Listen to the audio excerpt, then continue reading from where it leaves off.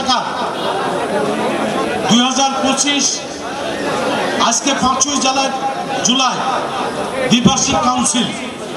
আমি বক্তব্য দেব না, জাকির ভুলে গেছে কারা এই 16 বছর আপনাদের পিছনে ছিল, কারা আপনাদেরকে হাইকোর্ট জজ কর্তৃক জামিন করিয়েছে, কারা আপনাদের দুর্দিনে পাশে ছিল। এই চিন্তা ভাবনা করে আপনাদের আমি জাকিরের বক্তব্যটাই আমি পুনরায় উচ্চারণ করলাম। আপনাদের মূল্যবান ভোট নির্ধারণ করে আপনাদের নেতৃত্ব বেছে নেবেন।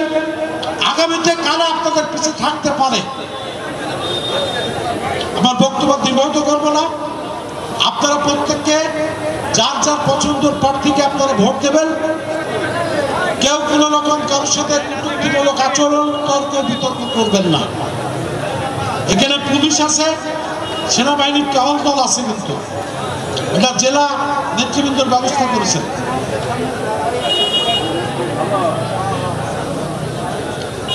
যে জয়লাভ করুক, যে পরাজিত হোক, দিন শেষে আমরা সবাই খালেদা জিয়ার লোক, দিন শেষে আমরা সবাই তারেক রহমানের লোক, দিন শেষে আমরা সবাই ধানের শীষের লোক।